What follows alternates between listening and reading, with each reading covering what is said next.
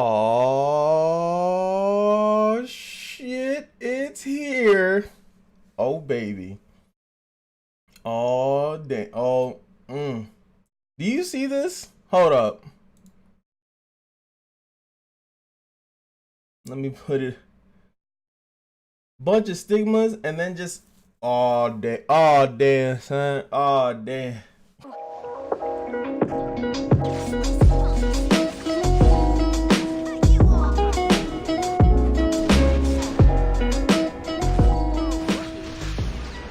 What's going on, guys? It is your boy Cash, and I completely forgot that it's Wednesday because it's finally my day off, and of course I have to be put to work with slave ball and chain, but it's all good. It's all good. So what we're here today is to talk about this update because it has a couple of things that I thought was pretty cool. I never want to be the update guy until there's something in the update that I want to talk about. So as you can see here, the first thing is Desert Jewel BASAR. So I finally got BASAR. And now Desert Jewel version. Now we have the swag version of him. He had a little video. Let's check out the video. Oh, I thought I had like a little. Oh yeah, this is like the Sahara. Son, and heir of a once famous merchant guild in Key. He looks like Aladdin. He changed greatly after going on an adventure with two of his friends. Okay. Upon his return, he took over control of his family's guild, which had since fallen to betrayals and misfortunes. Pretty much. And brought its fortune to new heights under its new name, the BASAR Merchant Guild. He's rich as fuck.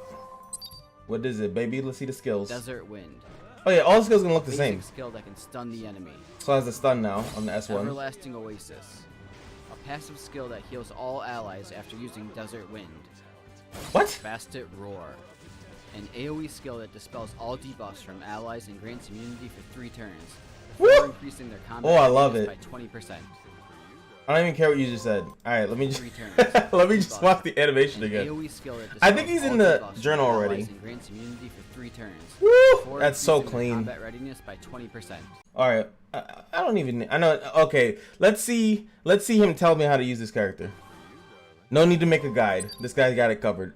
Desert Jewel BASAR is a soul weaver capable of healing and protecting allies. Bastet Roar will allow you to effectively deal with crises early on by dispelling debuffs and providing 3. Isn't it crisis? Is that actually how you say like multiple crises? Crises is crises. I've never. This man knows the English language better than me. Is that true? Yo, somebody, I know I got a bunch of English majors because whenever I fuck up on what I say, there's always someone that's like, yeah, that's not how you say it. Like with air and ear and here and higher and all that shit. So all my English majors in the comment section, is that how you say multiple crises? Because usually it's like there's, crisis situations. It's not crises. I never heard that. I've never heard that before. Legit. 30 years old. Never heard crises in my life. Turns of immunity before granting a 20% increase in combat readiness. You can then switch things up by using Desert Wind to stun the enemy while also healing allies through the passive effect of Everlasting Oasis. Everlasting Oasis. The effects Oasis. of Desert Wind can be greatly improved by using Soul Burn to attack all enemies. That's what he did. BASAR, a great supporter for the whole team. That's what he did. That was confusing. That was slightly confusing. So he's cool. What is it? HP memory imprint. That's cool. So he's gonna be the new guy in the thing. Let's read the actual shebang. So it's attack 25% chance goes up to 35% chance to stun. That's actually kind of nuts. He is a soul weaver, yeah. So I mean, we'll look at it because his artifacts are gonna be more interesting because I love when characters flip into a different thing, and then of course his actual stats are going to be I'm kind of curious of how his stats are. Is he like a DPS soul weaver like how Dingo was? I doubt it though. I severely doubt that. So he has an attack and you can soul burn for 20 souls to hit everyone. It increases the amount recovered from everlasting Oasis. Heals all allies after using Desert Wind. So that could mean how much is the heal? Okay, so it's amount recovered increases proportional to the target's max HP, so their own HP plus his attack. So maybe he is like Dingo. Cool. You can level up the healing here. And my thing with then, because I'm always looking out for counter dual attack, that's pretty good because the heal all allies is not, you don't have to soul burn for that to happen, obviously. So on counter dual attack, he would heal everybody based off his attack and the max HP. So I think they're at max HP. So that's actually really cool. That's really, really good. What is it? The Beset Roar. So before, wait, let's, I don't even know why they put this here, but I guess it's for transparency, right? So it dispels all debuffs on your whole crew and grants immunity, and gives you 20 combat readiness push going up to 4, and then that's 6, so 10, so 30% combat readiness push. So that's not bad. He has a AoE 30% combat readiness push. Also gives you immunity. So I think his speed, I remember I was in YDCB stream and they were talking about him, that, you know, everyone was saying like this guy's gonna be busted. I do think that this is kind of cool. He's not a mage, so he can't get the instant 20. You have to have another mage in there to give him the instant 20, so you can start the round with a, if you wanted to go for a 35% stun right off the bat in the beginning of the round. That's not that bad. 35% is not that bad. It's obviously not 50, which, you know, Araminta has and some other people has, but depending on his speed and all the other fun stuff, whatever skill enhanced system improvements, let's get into it. So we already seen this picture, right? So it used to be 18 Mologoras to who was there ever? I think just for jokes, right? It was 2. So now 3-star, which is what everyone's more talking about, is now it's 8,000. Now I think that this is crazy because if you think about it, you get stigma from just farming a lot of things in the game, like as you're farming. You also can use the high command thing, whatever the hell it's called, to farm them for you. Not like you're gonna be leveling up a ton of 3-star units. You're only gonna be leveling up a certain amount of them that are really, really good. Obviously, any of the ones that have a specialty change. So this is game breaking for people that have Kalori or Flori, that people were calling her, Montmorency, that's just breaking the barrier and breaking everything's and everyone's hopes and dreams, and all those characters. I'm not gonna name them all, but that's gonna be, you know, a lot easier, a lot quicker to get that. And then if you did have the max out, you're probably gonna get this back. I'm pretty sure they're gonna say that somewhere. All right, so the reset skill function will only be available to heroes that have been enhanced prior to the update on October 3rd. After using the reset skill, all skills for that hero will be reset to 0. The players will be able to skill enhance to it even after the skill reset function has been used. So I guess you would have to see how this one, you have to actually physically go there and reset the skills. You know what? You got to go do it. There's like, we're only going to give you half the love, okay? You're only getting half the love. So reset skill, as you can see, this is the same screen that you get when you're doing any type of, this is what the hero's going to be, and then before you would see, oh, they're gonna go back to being level 4, not awaken, yada yada yada. So that's pretty cool. So they're also doing the 4 and 5 stars. So it's going from 33 to 27, so that's about 6 for the 4-star, and then this one is 42 to 33, which is 9 if I'm not mistaken. So that's pretty cool. So of course that's the same thing. I don't think that they're gonna give oh, can I get this account? oh baby, where's this at? What account is this? Because I need this account. Look at all these 6 stars, perfectly awakened. Come on. You know what? It'd be great if a game actually did a giveaway for like a busted account. Obviously they would never do that, but that'd be a contest I'd like to join. I'll draw all the pictures. I'll cosplay all the characters. So it's cool, you know, like, so now we're gonna get more Molagora. You know how it is, you know, it's the same thing. Now there's a slider, because I mean, the slider is only gonna be relevant like once, because this is for whales, you know, like this is for people that spend a lot of money to get a bunch of Molagora at one time. It's just easier for them to do it. Guys, we could try again, which is great, because usually you have to yield or go back to that screen. Now you can just say try again, I'm done, which I would assume they should do that for if you actually pass the thing. Is this the same thing? Training to the pause menu during battles. Tapping try again will allow the player to forfeit the current battle and return. It's funny that they show this on Wyvern when I think most people use it for Banshee if they don't get the proper like turn of events. They'll just press try again, it's quicker. This should be there for actual thing. Like, most people aren't changing their teams unless it fails. If it wins, they just want to just run it back again. So they don't want to go through, like, what is it? I think it's like 3 button presses after you win to get back to it. Like, yo, just try again, boom, and it instantly just, or go again, or I don't fucking know. Just please fix it. Automaton Tower, some shit happening. They're changing stuff. I don't know. It's too easy. I actually did it within like a day. I was like, I was gonna make a video on it, and I was like, this is so boring. I'm literally just autoing everything. I don't even know what monsters are. I don't know if there's a strategy. Game guide contents will be changed for improved clarity.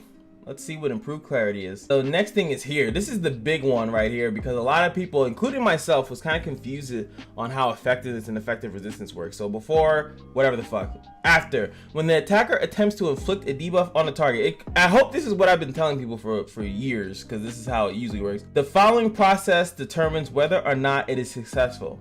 1. Effect chance determines whether or not a debuff is attempted. If not attempted, no text will display. So this is, like I've always said, 25% chance to bleed, 10% chance to bleed, and we can even use Desert Julafucks. We can even go up here and look at his. So he has a 25% chance to stun.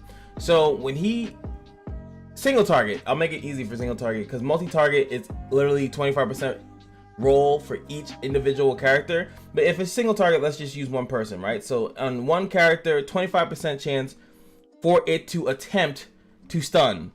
So if you don't even get that 25% chance to trigger, then it is automatically just resisted. I can't even say it's sorry. It's not that it's resisted. It just didn't even trigger. It didn't have a chance to be resisted. That's why it says here, no text will display. It was never resisted. It just never happened. That's what it's pretty much saying. If a debuff is attempted, its success is determined through the following calculations. Now this is where they will tell you if it's resisted, and if there is immunity, then it will say it is immune. I've said this pretty much. You can go back to my biking video and you would see that this is exactly what I've been saying. I'm happy that it says this now, because a lot of people were confused on why I was like, biking's kind of it kind of sucks that she has a chance to put a bleed, because if she didn't have a chance to put a bleed, like other characters like Sardin don't have a chance to put a bleed, they will put a bleed on you. There is no chance at the attempt. It just is going to happen. It just depends on the effective resistance. It makes it a lot easier. It doesn't matter how much effectiveness you have. If you don't pass phase 1 here, your effectiveness doesn't matter. That's what's so shitty about it. So it's the attack 100% plus the attacker's effectiveness. So this is pretty good to know. So 100% chance already plus the effectiveness. When I go to my effectiveness, let's go in game. And this is perfect because I have two of like my annoying effectiveness people. We got Dizzy and you have Angelica, right? So I'm gonna go over to Dizzy. She should have a decent amount of effect. I don't know what her effectiveness is. All right, so 55 is her current effectiveness. So when we go back into this, so it would say that 100% chance plus my effectiveness. That would mean that I'm at 155 effectiveness coming at that ass. And that's going to be minus the target's effect resistance value cannot exceed 85%. I've heard if the attempt fails, the text resistance will display. Easiest way to go about this is that I'm going to, like I said, we're going to take Dizzy's, her 155, right?